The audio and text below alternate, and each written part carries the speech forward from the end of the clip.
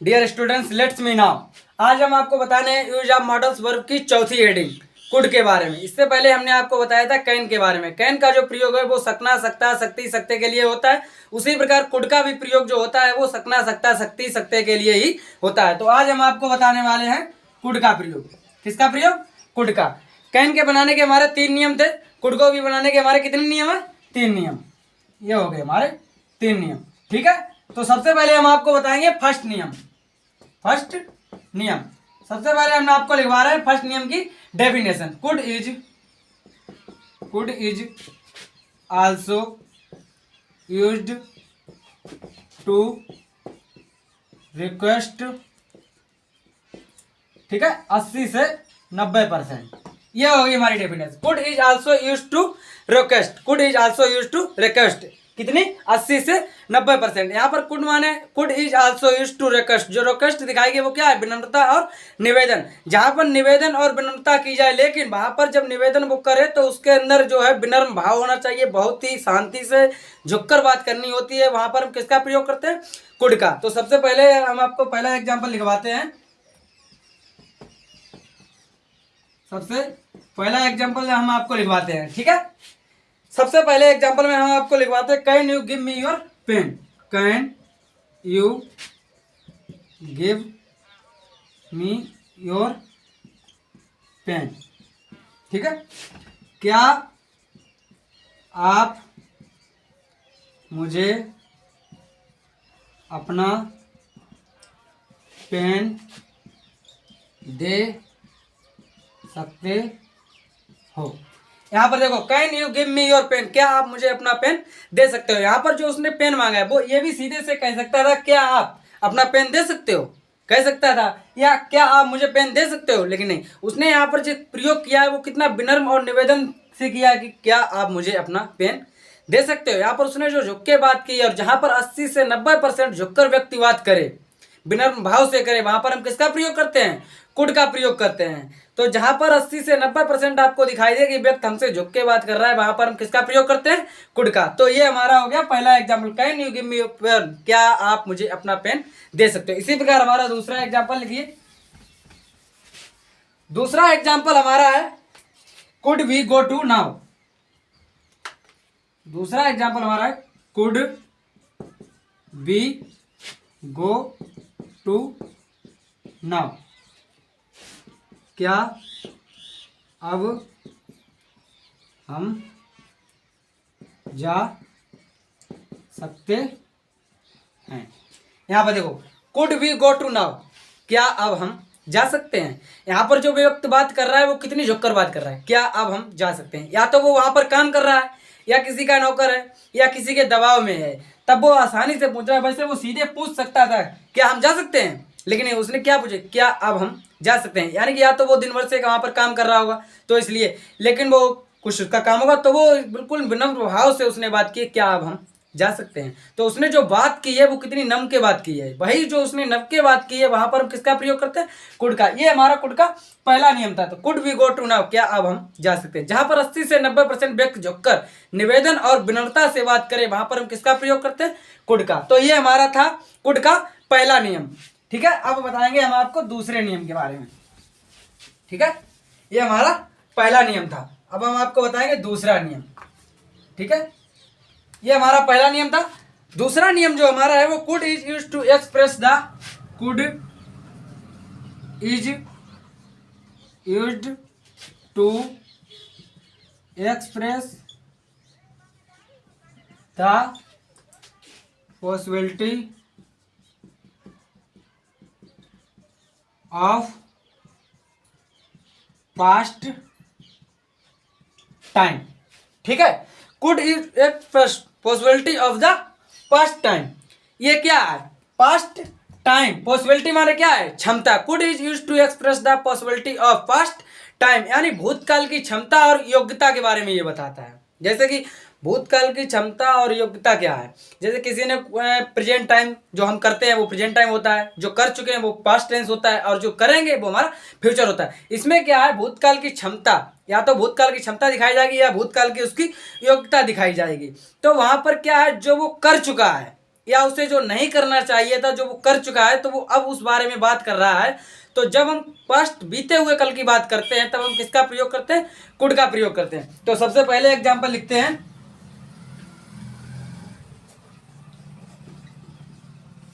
सबसे पहले हम एग्जाम्पल लिखते हैं, I could not refuse her proposal. I could his not refuse her proposal. Proposal, ठीक है। मैं उसका प्रस्ताव नहीं ठुकरा सका। I could his not refuse her proposal, मैं उसका प्रस्ताव जो है वो नहीं ठुकरा सका। ये क्या था? पास्ट टाइम, यानी कि बीते हुए टाइम पर उससे किसी ने कुछ कहा होगा या कोई उसको प्रपोज किया होगा।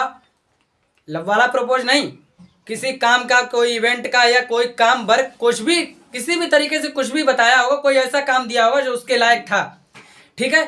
और इसीलिए उसके जो काम जो था वो उसके लायक था, और जिसने उसको काम दिया पास्ट टाइम में, जिसने उसको वो काम दिया, तो वो उसका क्या था? प्रस्ताव नहीं ठुकरा सका, क्योंकि उसने जो भी उसको क्षमता चाहिए होगी या उसने जो भी उससे मांगा उसने हाँ कर दी होगी कि हाँ हम तुमको ये देंगे। अगर हमको किसी चीज़ की जरूरत है और वो सामने वाला हमको वो सब चीज़ें दे दे तो हम क्या दिक्कत है? कुछ भी दिक्कत नहीं। यही वो वहां पर बताना चाहता है, आई कुड नॉट प्रपोजल, ठीक है। आई could his not refusal proposal, मैं उसका प्रस्ताव नहीं ठुकरा सका। उसने जो भी उसको प्रपोज किया होगा, प्रपोजल मतलब कुछ भी काम दिया होगा, उसने काम दिया तो उसने वो काम किया, क्योंकि वो उसके लायक था और उसने उससे जो कुछ मांगा उसने वो उसे दिया, इसीलिए वो उसका प्रस्ताव नहीं ठुकरा। यहाँ पर क्या है? उसका प्रस्ताव नहीं ठुकरा सका। ये क्या है? प्रेजेंट टाइम की बात नहीं हो रही है, ये पास्ट टेंस की बात है, यानी कि वो जो प्रस्ताव नहीं ठुकरा सका वो काम वो कर चुका है। अब उसका उस काम से कोई लेना देना नहीं है, लेकिन वो काम कर चुका है। तो किसी ने उससे पूछा, तब उसने बताया है कि मैं जो है उसका प्रस्ताव नहीं ठुकरा सका, ठीक है। इसी प्रकार हमारा दूसरा एग्जाम्पल है। यहाँ पर जो बात की थी वो हमने पास्ट टेंस की थी ना, क्योंकि मैं उसका प्रस्ताव नहीं ठुकरा सका। दूसरा हमारा है, they could compromise. They could compromise, ठीक है। वह समझौता कर सकता था, ठीक है। They could compromise, they could compromise, compromise माने होता है समझौता, तो वह समझौता कर सकता था। बात पास्ट टेंस की है, प्रेजेंट टाइम की नहीं है, पास्ट टेंस की बात है। वह समझौता कर सकता था, लेकिन क्या था? उसने जो है वो समझौता नहीं किया। क्या किया उसने? जब कभी कुछ बात हुई होगी किसी से, कोई भी लड़ाई झगड़ा, इवेंट, ज्वाइंट लिंक, कुछ भी हुआ होगा, तो क्या था? वहां पर चांस थे उसके पास, 80 से 90% उसके पास चांस थे कि वो समझौता कर सकता था, लेकिन क्या था? उसने समझौता नहीं किया। उसे जो करना था उसने किया। अब चाहे उसने FIR की हो या अपने मन का काम किया हो, कुछ भी वगैरह, यानी कि एनी प्रॉब्लम, कोई भी समस्या होगी और कोई भी उसका समाधान उसने निकाला होगा, लेकिन उसने समझौता नहीं किया। तो वही बात वो बता रहा है, दे कुड कंप्रोमाइज, वो समझौता कर सकता था लेकिन उसने समझौता नहीं किया। बात जो है वो बात तो हो चुकी है, लेकिन प्रेजेंट टाइम जो है किसी ने उससे पूछा और किसी दूसरे ने उसे बताया कि वो समझौता कर सकता था लेकिन उसने नहीं किया। तो यही चीज बताई जाए, जहां पर भूतकाल की क्षमता और योग्यता दिखाई जाए, वहां पर मैं उसका प्रस्ताव नहीं ठुकरा सका। ये क्या थी? उसकी क्षमता थी। लेकिन दे कुड कंप्रोमाइज, वो समझौता कर सकता था लेकिन उसने समझौता नहीं किया, क्योंकि उसके पास योग्यता थी तो उसने समझौता नहीं किया। उसे जो करना था उसने वो किया होगा। तो ये क्या थी? उसकी योग्यता थी। तो जहां पर भूतकाल की बात की जाए या भूतकाल की क्षमता या योग्यता को दर्शाया जाए, वहां पर हम किसका प्रयोग करते हैं? कुड का प्रयोग करते हैं। इसी प्रकार हमारा तीसरा है, ये हमारा दूसरा नियम था। अब हम आपको लिखाएंगे तीसरा नियम, ठीक है। ये हमारा दूसरा नियम था, तो अब हम तीसरा नियम आपको लिखा रहे हैं। तीसरा नियम जो हमारा है उसमें भी क्या है? Could also used for request. वहां पर जो निवेदन की बात, पहला नियम था हमारा निवेदन का, दूसरे में हमारा भूतकाल की क्षमता और योग्यता दिखाई गई। तीसरा हमारा है जो could is also used to say something. Could is also used to say something pointing out in anger, pointing out in anger, ठीक है।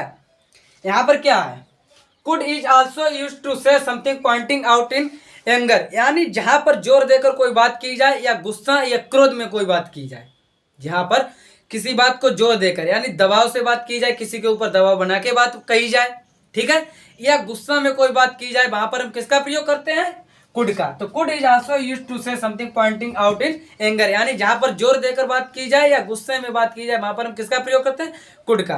तो सबसे पहले एग्जांपल लिखते हैं इसका।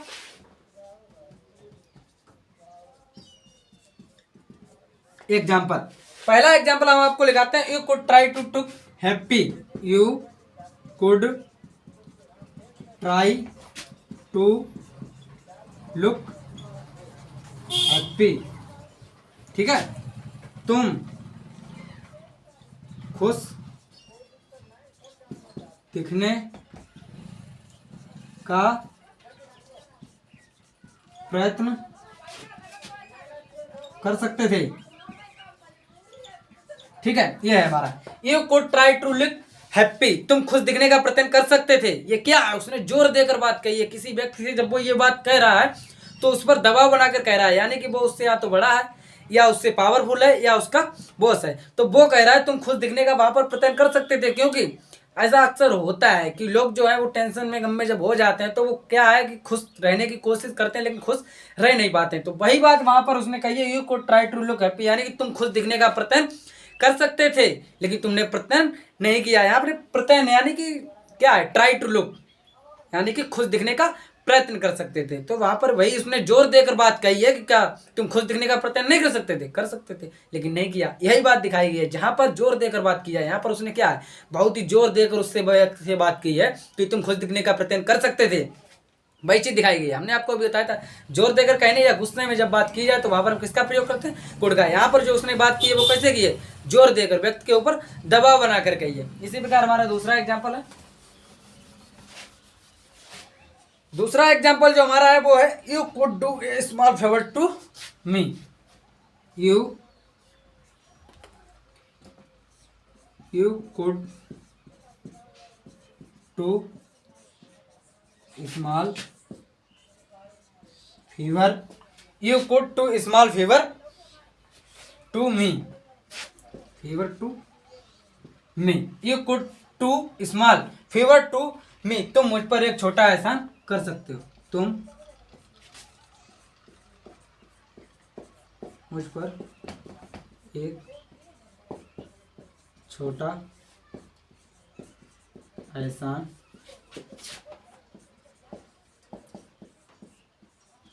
कर सकते हो।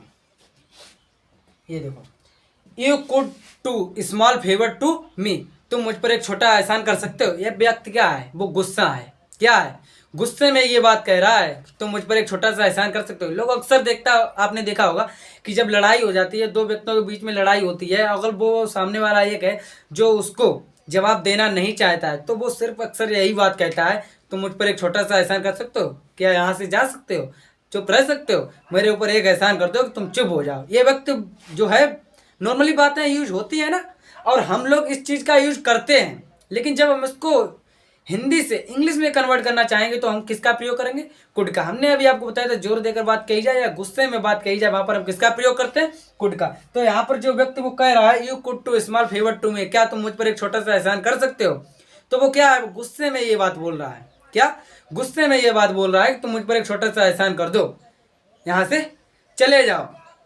तो जब उसने गुस्से में ये बात कही है, इससे पहले जो था वो जोर देकर बात कर रहा है, लेकिन ये क्या है, गुस्से में कह रहा है, क्या तुम मुझ पर एक छोटा सा एहसान कर सकते हो, क्योंकि वो गुस्सा है जो वो निकाल नहीं सकता है, लेकिन वो इतनी बात तो कह सकता है, तो वही उसने बात कही है। जहां पर जोर देकर या गुस्से में कोई बात की जाए वहां पर हम किसका प्रयोग करते हैं, कुड का। तो हमारे कुड के ये तीनों नियम हमने बाकायदा 1 by 2 3 तीनों हेडिंगें हमने आप लोगों को लिखा दी है। इससे पहले जो हमने हेडिंगें लिखाई हैं, एक बाय एक हेडिंग आप लोग नोट कर लीजिए, इसको भी नोट कर लीजिए।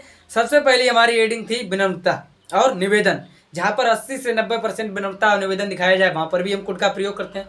उसके बाद भूतकाल की क्षमता और योग्यता की अगर बात की जाए तो वहाँ पर भी हम कुड का प्रयोग करते हैं। उसके बाद लास्ट हेडिंग हमारी है जहाँ पर जोर देकर या गुस्से में कोई बात की जाए, ठीक है।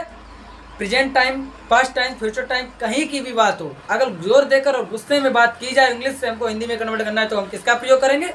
कुड का। तो कुड का प्रयोग का सबसे खास बात है कि जहाँ पर 80 से 90% आपको विनम्रता दिखाई दे, भूतकाल की क्षमता या योग्यता दिखाई दे, या जोर देकर या गुस्से में कोई बात की जाए तो वहाँ पर हम किसका प्रयोग करते हैं? कुड का प्रयोग करते हैं। तो ये हमारी होगी। इसके बाद हेडिंग हमारी लास्ट 5वीं हेडिंग हमारी है सेल। अब हम इससे बाद में आपको बताएंगे सेल के बारे में, ठीक है। तो इसी प्रकार सेल की जानकारी के लिए बने रहिए हमारे साथ रचना राज फ्यूचर अकादमी के साथ।